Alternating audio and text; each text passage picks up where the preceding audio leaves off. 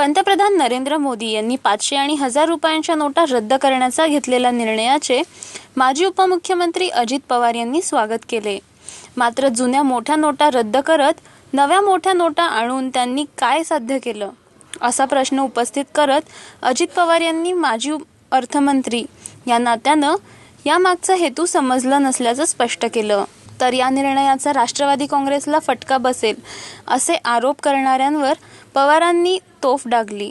काहीही घडलं की राष्ट्रवादी काँग्रेसवर आणून थोपविण्याचा अनेकांकडून केविलवाणा प्रयत्न केला जातोय, मात्र हे अशोभनीय असल्याचं यावेळी पवार यांनी सांगितले। जे अर्थतज्ञ आहेत ना, आपण म्हणताय तो मुद्दा अतिशय बरोबर आहे। अर्थतज्ञांचं म्हणणं की पुन्हा 2000 ची नोट मार्केटमध्ये आणून ती व्यवहारात आणायची, ह्याच्यातनं काय साध्य केलेलं आहे, त्यांचे काय आराखडे आहेत। कारण मी काय अर्थतज्ञ नाही, पण मी अर्थमंत्री होतो 4 वर्षाच्या करता, मलाही ते काही समजलेलं नाहीये। वास्तविक 500 ची नोट तुम्ही रहित करता, 1000 ची नोट रहित करता, एक तर सर्व जनतेने टप्प्याटप्प्याने जसं पेपरलेस काम ऑफिसमध्ये होतं तसं प्रत्येक काम कार्डवर झालं पाहिजे। म्हणजे उद्याच्याला काही पण आता लगेचच वृत्तपत्र कार्डवर घेणं अवघड आहे, पण मेजॉरिटी तुम्ही हॉटेलमध्ये गेला, काही आणखीन मॉलमध्ये गेला, काही खरेदीला गेला किंवा आणखीन कुठे गेला तर जास्तीत जास्त कार्डवर झालं की जसं परदेशामध्ये जवळपास नोटा करन्सी वापरलीच जात नाही, पूर्णपणे व्यवहार हे कार्डवर चालतात, त्या रस्त्याने जग चाललेलं आहे। आणि त्याच्यात आपल्याही अर्थव्यवस्थेला बळकटी आणण्याच्या करता ते करणं गरजेचं आहे। आणि म्हणून त्याला राजकारण आणता सगळ्यांनी साथ देणं आणि त्याच्यात आपल्यातला जो गरीब वर्ग आहे, कारण 125 कोटी पॉप्युलेशन आपलं आहे, त्यावेळेस आदिवासी दुर्गम भागामध्ये राहणारा जो वर्ग आहे त्याला ह्याच्यातल्या फार बारकावे अजून माहिती नाही आहेत। ते आपल्या पद्धतीनं थोडं थोडं थोडं असं साठवत त्या ठिकाणी, म्हणजे ग्रामीण भागात पूर्वी मडक्यात साठवलं जायचं, कुठं आणखीन डब्यामध्ये ठेवलं जायचं, कुठं पुस्तकात, अशी त्यांची ती पद्धत ही चालत आलेली।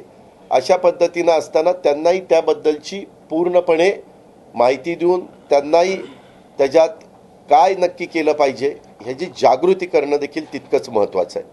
आणि त्यामुळं आज करन्सीमधनं 500च्या आणि 1000च्या नोटा काढत असताना यांनी असंच सांगितलेलं होतं, परदेशातला काळा पैसा मोठ्या प्रमाणावर आपण आणणार आणि त्याच्यातनं 15-15 लाख रुपये एकेका कुटुंबाला देणार आणि त्याच्यातून एक चांगलं चित्र आपण समाजामध्ये निर्माण करणार। पण ते नाही करता आलं, कारण तेवढा परदेशातला काळा पैसा आलाच गेला नाही।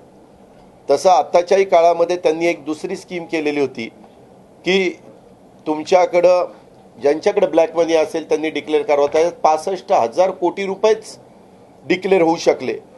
अर्थतज्ञांचं म्हणणं आहे की काही लाख कोटी रुपये चलनामध्ये काळा पैसा आपल्या आहे, असं अर्थतज्ञ सांगतात।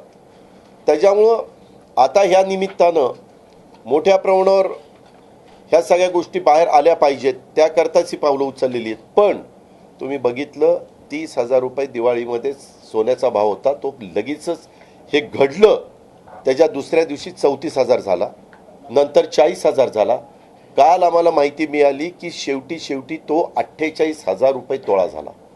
30,000 रुपये सोन्याचा भाव 4 दिवसात 48,000 रुपये तोळा, आणि आज तर सकाळपासून 50,000ची भाषा करतायत।